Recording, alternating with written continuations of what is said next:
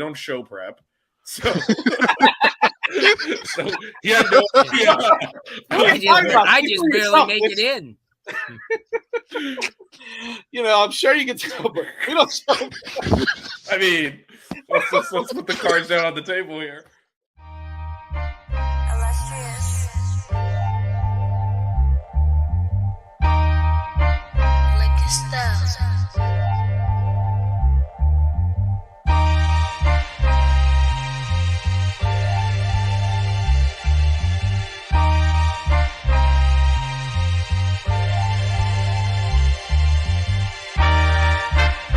Miami Hurricanes, yeah. You know the name already. It's Mercy, ha ha.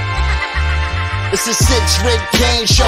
Can't forget the name though. Got Jazz, Blue, Vision, DJ, break the game code. Ain't no changing them, ain't no breaking them. Real Portland live from the Hard Rock Stadium. Ball 14 for the orange and green. We see the 6-rig champs. It's more than a dream. This is life on the field. Beyond 100 yards, a hurricane that's never still put a damage to your squad. The 6-rig Kane show. The 6-rig Kane show. The 6 Rings Kane show. You know.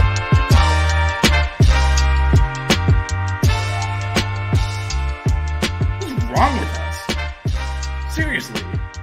What's wrong with us? We're Miami Hurricanes fans. Welcome to the 6 Rings Kane Show, a show dedicated to Miami Hurricane sports, featuring the legendary Larry Bluestein, Jazz Santana, Vish, and Danny Gillette. Let's go Canes. Oh, there he is. Hey, what are we walking in the park? What the hell? Pretty much from the friendly confines of my community is what we're doing today. But they got away with a night out in your community? Yeah, it's the regular walk that we do here every day. But it got away from me, man. I played golf today. I took it easy, so yeah, got to do what you got to do, man. You know what I mean? If only all of us were so lucky.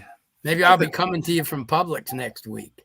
Yeah, there you go. Hey, why not, man? Taco Bell, Publix, let's do it all. Let's see who lands. Make us all rich. Not a chance. I'll stop by at Dunkin' Donuts next week. Lord knows there's about 100 of them within the 5 miles of me. So doing a show from Dunks. Let's go. Oh man, hey, it's obviously this is a filler show here because there ain't much to talk about. Now, there's always stuff to talk about when it comes to Kings football. Obviously, I think they came out with the schedule like right after last week. So as usual, it always happens to us where we do a show or we don't do a show, and then the next day they come out with news, and then we got to wait, a whole week. So,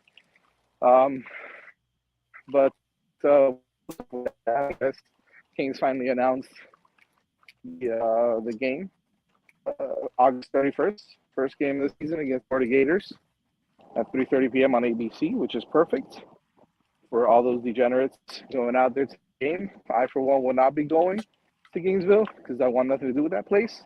And I know, Vish, we spoke about it, but are you guys excited about the 3:30 game on ABC, August 31st? yeah, I mean, I think when you look at, these types of games, ABC, 3:30 afternoon, kind of getting things rolling, rival, the fans will be excited. I hate the noon kickoffs. I really can't stand the noon kickoffs. And I also am not a huge fan of the later night kickoffs just because it seems like it takes forever. Although now that they don't stop for every first down, it's a lot quicker. But 3:30 is perfect. Should be a good one. I'm not going to make any win or loss predictions, but it's always, a fun game in Gainesville, and I know the fans will be ready, and it's a great way to start the season. Yeah, we're not doing the wins or loss just yet. All right, because I know you guys are chomping at the bit to do predictions, right? Well, I'll just say this: if we lose that, Mario can start packing this office up. You can't lose to that team. I get you on that. No, we talked. It's gonna put if we lose that game, it's gonna put an unbelievable amount of pressure on him for the rest of the year to really almost run the table to prove it was some kind of a fluke. You can't that program is down bad. Yep. Really bad. You cannot lose that game. Doesn't mean he won't, because I have been alive for the last 20 years. Well, I mean, it's not that we can't. No, he can't career trajectory wise. We absolutely could. We've seen it.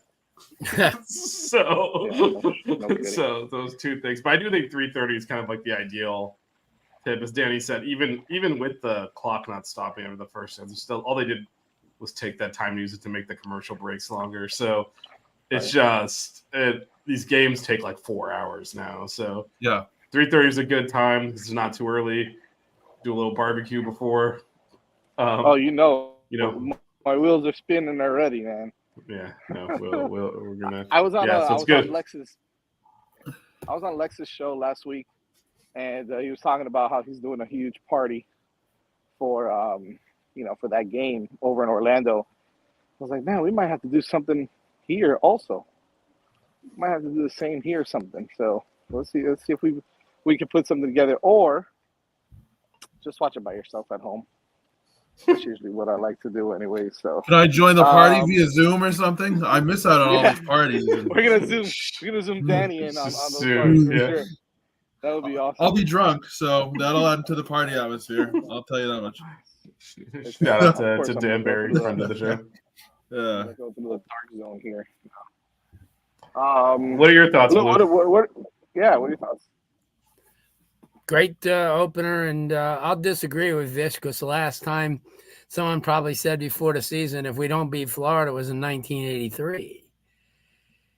Miami lost, and then went on and won the national title, which is so that wasn't inconsistent with what I said, because I said that he's got to do something to make up for, which I believe, Yes, you're right. I think you'll get away with it if he then runs the table and wins the championship. Yeah. He should be okay there. I kind of stole my thunder when it was show and tell time today, because I have a 1983 item, so kind of fits in with this question. Oh, that's gonna be awesome for show and tell then. Hell yeah. I have to say, with the expanded playoff too, I mean, I'm not going to say it's easy to make the playoff, because obviously it's not easy at all, but it's definitely a smoother path towards some form of postseason success. And, depending on how the season shakes out, 10 or 11 wins may get you into the expanded playoff. Yeah, I mean, it's 12 teams now. It's 12 teams, so yeah. You win 10 games and you finish first or second in your conference. You got an opportunity to to make it. Now, if you play like crap, then it doesn't matter. Even if you end up in second place in your conference, you got to win. You got to make it look good, because now it's 12 teams. So it's going to be a little as tough as it was to be the top four. This is different, man. It's still going to be really tough to get into that top 12. You got to be able to win some games. Everything's going to come into play. So it's going to be tough, but I think that if you play well, you win your 10 or 11 games, you'll be all right. Well, the great thing about going into that first game is Florida won't have a scouting report. So it's a completely different they offense. suck. We should be able to beat them, period. I'm just saying, Florida won't have anything to go by. Yeah, true. Because your whole backfield will be new. 2 or 3, maybe 2 or 3 receivers. You'll have a new offensive lineman. Yeah, I mean, the scheme will be pretty much the same, but your quarterback makes a difference. And we all kind of know what Graham Mertz can do. I mean, he's a solid quarterback, but he's not. And what he can't do. No, I mean, this will certainly be categorized as a bad loss if you can't. Yeah, I agree. If you can't win that. And when you look at the trajectories of the programs, Florida's downward. We're allegedly, and this is where upward, right? We keep upgrading the talent. We got the quarterback everyone wanted out of the portal. If that doesn't have you have the ability to go into Gainesville and beat this version of Florida, you got problems. And, it basically shows the progress we think we're making isn't really happening. Yeah, we got 3 of the top portal players, maybe even 4 if you include Barrow. But, you got a wide receiver and who's an established receiver. You got a running back who is established. And I think the offensive line was pretty much not a weak part. I think that was getting to be one of the stronger parts. So they're going to move the ball. There's no doubt. Miami will move the ball. The only thing you gotta worry about is getting enough pass rush and giving the secondary a few minutes to adjust. Miami really shouldn't even. Yeah, they should take care of business here. I don't think that it would be I think it would be an upset if they lost. I think the spread will reflect that too. I want you guys to realize something. It is hotter than Hades outside, and the humidity. I haven't experienced this. Honestly, the humidity. In Miami, in a while. It's been really bad so far. I'll tell you what. Saturday, I had a whole day of spring jamborees, and I will tell you this: it was 95 with 112-degree feels like temperature. How are the kids playing in that? Look at DJ. Hey, he hasn't got about 40 here. No, actually, it was finally 60 and rainy over the weekend, 71 today, so not bad. It's finally creeped up here. I hate you, Danny. It was just like you hated us during the winter. We hate you now. I hated Jazz for taking a walk because I'm sitting in my wheelchair. That's what I hate right now. If we want to talk about things I hate. Oh my god, bro! It's so hot outside. Welcome to the offseason, folks. It's 9 o'clock at night. It's 91 outside. What the hell is going on here? Shit. Anyways, and it's only May, so I know it's only May. Early, it's mid-May. Jesus. Anyways, I guess more of the schedule. We'll be able to talk about more of the schedule a little bit later. I think that's the only game. I think that's the only game time they released right now. They did the first. I think they did some of the big games across the first 3 weeks, but our two after that I think are with Ball State and someone else. Like they're kind of right. So they were not 7:00 Saturday night games. Oh, they were. They did release. No, those? I'm just saying that's those type of games. Caught you in the abyss. Or the ACC will throw a bone and we'll have a 8 o'clock kickoff. Or noon. Just get it done. I don't mind the noon games. Just get it done. The fans for tailgating wise, the noon games are actually not as bad, right? Because you don't get the only time it gets really hot is if you're in the stadium. It's too damn early, man. It's already covered though. Noon is too early though. I don't have to get everything together and get it out there. I know. I feel you on that though. You have to wake up early. Give me the night games all day. I agree. Or the 3:30s. I think 3:30s ideal. I like the 3:45. I'd like to go to bed at a reasonable hour. Oh my god! So we're getting old, man. Yeah, I know. It's like I remember fight through that traffic. It's like 1 a.m. to get home. It's just like, oh. I had to wake up remember so the early year today. they played Ohio State, and I had to do the post game show with Joaquin Gonzalez, and we started the post game show at 12:05. Wow, that's rough. It was light by the time I got home. I remember. You know what? I remember the Florida game in 2013, where the gates opened at 6 o'clock in the morning for a 12 o'clock game. They don't. I mean.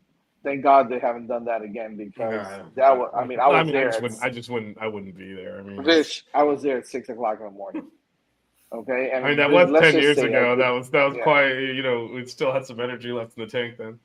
Oh man, I was on the struggle bus. I will say with the one good thing is with the renovations they've done to the stadium.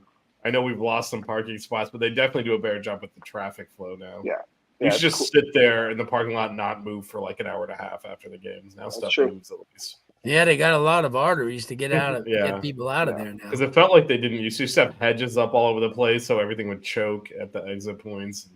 It kind of cleans. Yeah, they've it's more comfortable to watch the game too because it's they've done a real nice job to that facility. It's probably one of the premier total sports facilities in the world. I'm telling you. I'd say I think it is actually. Major tennis tournament, major auto race. Yeah, got everything now. Yeah, I don't think that the Grand Prix will ever leave there. Really, why would they? As far the Miami run anyway. Well, I'd be surprised. Yeah, someone else, some third world oil nation will give them. Well, now they Well, I'm added talking another about race. Miami. If they stay added in another Miami, it'll American never race. leave that venue. Well, no, it won't leave Oh, that venue in Miami. the venue, right? I mean, they added another race to America now in Chicago, which I don't think Chicago needed the race, considering the way things are going over there right now. But anyways, I mean, what are you gonna do? So I guess we'll talk a little bit more about the schedule as it comes out.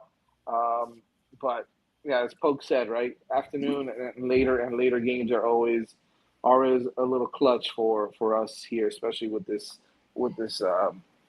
it's Miami, man. So you know how people are, But plus, we got to win. If we win, people will go. That's it.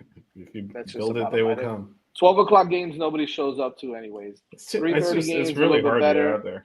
Yeah, but the night games, everybody shows up to because it's that's the way people are. So we'll see what happens. Before we want to get out of here, I kind of wanted to ask you guys a question here.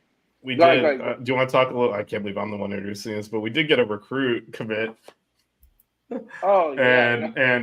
And Max asked Blue about it. I don't know if I'm pronouncing this right. Kalen Mux. What a name! He's an offensive lineman. I've heard of him. I haven't seen him other than on film. I know the name. He's a 2025 kid, right? Yep. Oh, shit. Yep. He's a 25 kid. Do you have thoughts on him, Blue? From film, or you're gonna wait until you see him in person? Yeah, well, you know what? I mean, the kid's a tremendous football player, obviously, and it's 6'4", 340. That's a big dude, man. Huh? That's a big dude. 6'4", 340. Yeah. Oh no doubt. It's I don't know. I'm trying to think what I was. Is he gonna be more of an inside guy, you think, or is he gonna bump out to the outside? No, I think 6'4", 340. Guy. Yeah, I feel like the guard might be a good position for him on the inside. But yeah, that was a kid. He played. Speaking of Florida, he played for Theatric Facing. Oh wow! Oh God, what a name! C3 there. That's who's the coach up at Fletcher. Okay. Good friends, obviously, was the kids from Jacksonville and Miami got. So, yeah, he's a big boy. I mean, there's no doubt about it. And I mean, like I said, when I watched him, the camp that I did go to, he was there, but he didn't take part. But yeah, like you said, but the thing that kind of bothers me about the whole situation, and I looked at him earlier, and when it comes down to App State, Campbell, Charlotte, and East Carolina or Miami, it kind of makes you think a tad. Yeah, I know that's. I mean, it's not like Miami had to fight Arkansas for him or Wisconsin, but it's just because he's, he's a guy that I think they want to think they could develop. That's the whole thing. But I watched him, because of the fact that there's a couple of kids on that Fletcher team that I was looking at, and then I noticed him. And the thing you notice, he's just a big ass kid. Yeah. I mean, but I never really figured him as a Miami guy. I wasn't going to say, hey, you know what? That kid belongs at. I could be wrong. I've been wrong before. Well, what may happen now is you might see a lot. Perfect example, right? You might see a lot of other SEC schools or ACC schools now start to offer because Miami did offer. Yeah. So that that happens a lot, right? Maybe Miami got to see him first or evaluate him first, which again also happens all the time where one team locks in on him and all of a sudden now everybody else is on him. So I'm hoping that that's just as you probably are thinking, Blue. I'm hoping that is the case with Kalen. I think that I don't know much about him, but if Coach Cristobal and Mirabal are out there recruiting this kid, we've seen their track record with the offensive linemen. Can't argue that. But at the same time, sometimes they do take kids that they can develop and they can kind of bring up and fix some things and make him into a really, really solid player. So that could happen also. He may be that 3-star that all of a sudden becomes your starting left guard and gets drafted in the second round or something. I mean, that could very well happen. It happens more often than not, I think. People don't realize that. So, we'll see what happens with him. It's early, too. It's 2025 kid. Or maybe he's a kid that all of a sudden Miami says, well, now we've got another five-star guard, right? Or some big-name kid that all of a sudden wants to come to Miami. He maybe get pushed out. That happens all the time, too. So kind of wait and see with the guys that commit this early anyways, because there's still, 6 months, right? December is early signing day, or I guess it's signing day now at this point. Yeah. So 6 months, it's a long time for a lot of other guys to get evaluated. And, as you can see, our recruiting class in 2025 is not nearly, it's nowhere near done. So you got some time there. We'll be all right there. My phone keeps vibrating and it keeps moving. It drives me crazy. Jesus. Anyways, all right. As we get finished, I kind of wanted to ask a question for you guys that, they asked me in Lex's show last week, and I think this is a perfect way. This is a perfect week to talk about this. Also, is guys that we got coming in the summer now, right? Players that we got coming in the summer. Now it's important to kind of understand who we think is going to make the most impact, maybe out of those kids that are coming in the summer. You got a lot of guys still coming in the summer. All of the St. Thomas kids, and some of the other guys. Blue, if I had to throw that question at you, who would be one kid, if you can name one guy coming out and coming in the summer that will probably be the guy that's going to get the most playing time, or kind of the kid that's going to show out the quickest out of those guys coming in the summer? I thought Lyle would, and then they added another running back. So, but I still think he'll get some playing time. He's just really good. He's he's a I don't know who else is coming in. What's his name is coming in? I mean, you got all those St. Thomas kids. So the St. Thomas kids, but that's Chance just Robinson, Booker Pickett. You got Justin Scott, I believe. Well, Justin Scott's a guy that definitely is going to turn some heads. Obviously, you got a lot of guys. I think the portal kind of diminished who's going to come in late and really do something, because I think they got a lot of kids that they picked up through the portal. Like Barrow and those guys like that. You can include those guys, by the way. You can include the Dione Hills, the Jalen Aldermans. You can. That's my bad. Yeah. Then I think Barrow's going to make the most difference. Yeah. I'll tell you what, he's gonna make the rest of that line a whole lot better. You're not gonna be able to kind of send two guys at Bain, because you send two guys at Bain and he's gonna go in there. Yeah, I think he's got the potential to be probably the sack leader on the team. Wow. Yeah, that's because big. That's big from an interior lineman. Yeah, well, you know what? I've seen it before. Yeah. Warren Sapp, right? Guys like that. Yeah. I mean, there's a lot of talent. I think Justin Scott definitely is going to be a guy to keep an eye on too. He's young, but still. Yeah.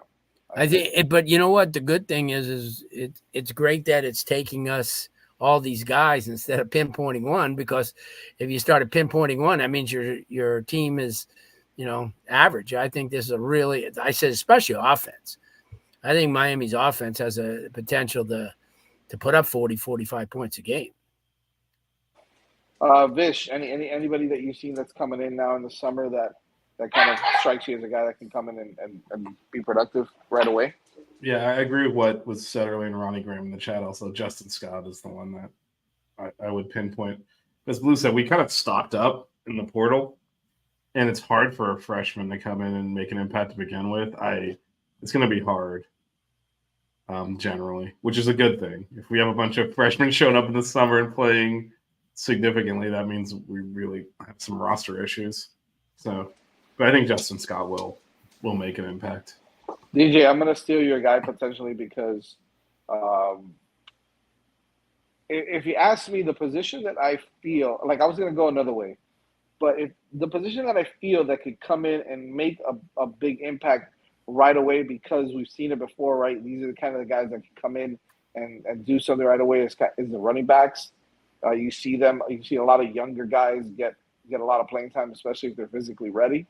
Jordan Lyle fits that bill, right? Like, he fits the mold. He's big, he's strong, he's already, kind of built out, right? So he's not one of these skinny guys like Hellcat or Chris Johnson that, it's tough. Like, we got Damian Martinez, and then Mark Fletcher's still hurt, and AJ Allen is still kind of hurt. And then you got two guys that are skinny, two guys that are thin at that position that probably can't take as much punishment or do as much as maybe a guy like Jordan Lyle can when he comes in, right? The biggest question mark is, can he pick up the blitz? Can he block? He's big enough to do it. This is my biggest concern with some of the running backs that we have, like Johnson and Humphrey Wheatley, is they're thin. They're on the lighter side, and so them picking up the blitz and being able to hold that block any significant amount of time is tough. So that's why Mark Fletcher, even a guy like AJ Allen, who's kind of smaller, but he still understands the game and he's a little bit bigger than some of these guys, can probably do that a little bit better. But those guys are hurt. So you got Damian Martinez, and then the other two guys. I think bringing a guy like Jordan Lyle right off the bat to mix it in with Martinez and the other guys, I think could be beneficial to this team. I think he's that good. He's really good. I saw him last week, and he got bigger too. Yeah, so there you go. I mean, he's a big kid, man. I think that's the kid that I think can come in and get some minutes and spell Damian Martinez a little bit. I think he's big enough to kind of take that punishment right away coming into college football. And he comes from a school that develops him and gets you ready for that next level anyway. So what about you, DJ? You talk about a guy that could maybe get some minutes. I really like what Booker Pickett brings to the table. I mean, when you look at, how quick he can move his hands and how quick he can swim by, offensive linemen, for example, coming off the edge, he can get into the backfield quickly and make plays on defense, and is kind of a disruptor in that way. I remember watching him in January at the Polynesian Bowl. I was watching it on TV here, obviously, and, he just stood out. He was in the backfield. He was quick. He made quick reads in terms of plays. It seemed like he was all around the football, all around the play. He was mentioned constantly throughout the broadcast. So I know we're deep at edge, and I know that that's a position, that we're a little bit stronger at than others, but I still like Booker Pickett to maybe come in this summer and make an impact and maybe even get some minutes in the fall. Who knows?